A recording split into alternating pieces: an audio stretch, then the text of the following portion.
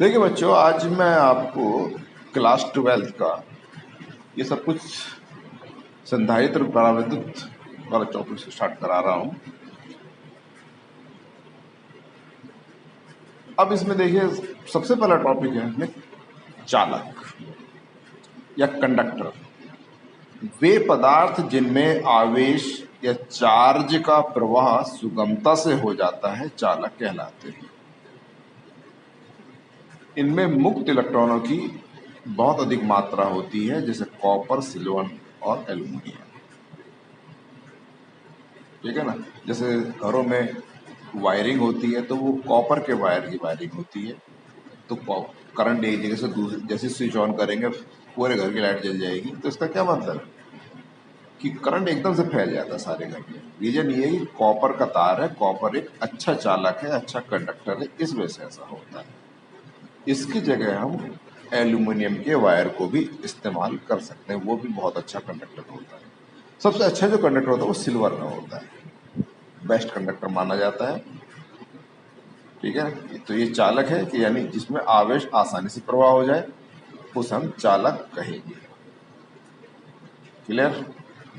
अब हम आते हैं कुचालक पर। कुचालक वो जिनमें आवेश का प्रवाह ना हो, जिनमें मुक्त की संख्या नगण्य हो, नहीं के बराबर हो, उन्हें हम कुचालक कहेंगे। रबर है, प्लास्टिक है, अब्रक है, ये सब। अब परावैद्युत एक स्पेशल केस हो गया कुचालक का, कि देखो वैसे तो ये इनमें आवेश का प्रभाव बिल्कुल नहीं होता है, यानी कुछ अलग ही होते हैं, परंतु जैसे इनको विद्युत क्षेत्र में रखेंगे, इनके पृष्ठ पर आवेश प्रेरित हो जाएगा।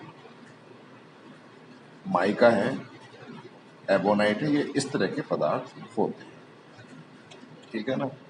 अब इसमें जो पीछे जो टॉपिक में आया है कि मुक्त इलेक्ट्रॉन, कि वर्ड आर मुक्त इलेक्ट्रॉन, कि मुक्त इलेक्ट्रॉन या फ्री इलेक्ट्रॉन किन्हें कह देते हैं।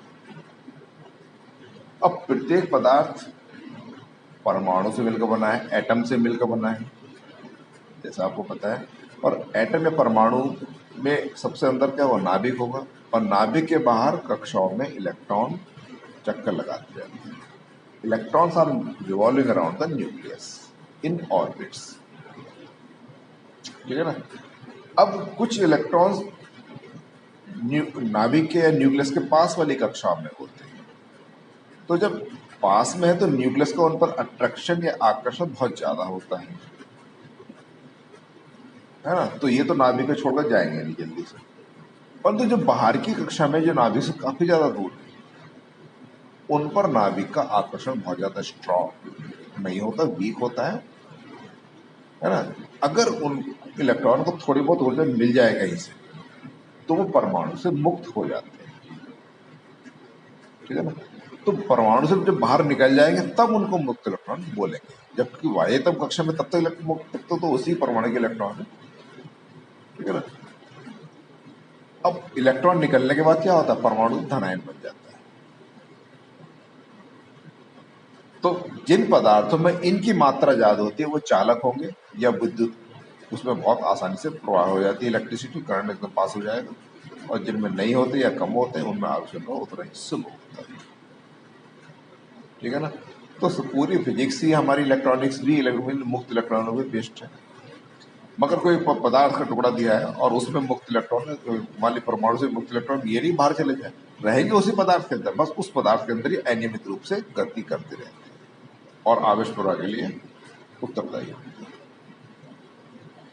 इससे अगला जो टॉपिक हमारा आता है वैद्युत धारिता का आता है। धारिता, धारण करना, कैपेसिटी या कैपेसिटेंस, मतलब क्या है, ग्रहण करने की कैपेसिटी, एक्सेप्ट करने की कैपेसिटी। किसी को खाने की कैपेसिटी कम है, किसी खाने की कैपेसिटी ज्यादा है, तो उस चीज को ये चीज बताता है कि कैपेसिटेंस क्या है, धारिता क्या है। तो जब भी हम किसी चालक को आवेशित करते हैं, यानी कोई चालक दिया, कोई बॉडी दी, उसको हम चार्ज करेंगे तो उसका पोटेंशियल या विभव धीरे धीरे बढ़ता चला जाएगा। यानी जो आवेश देते हैं, क्यू देते हैं, वो वी के डायरेक्टली प्रोपोर्शनल होता है या अनुक्रमानुपाती होता है। तो जब इस चिन्ह को हटाएंगे तो यहाँ पर एक कांस्टेंट आएगा सी, और सी को बोला जाएगा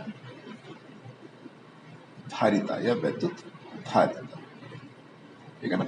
और इसका जो एसआई सिस्टम में मात्रक होता है वो फेरेड होता है, जबकि अन्य मात्रक माइक्रोफेरेड, पिकोफेरेड, मिलीफेरेड और भी हो सकते हैं।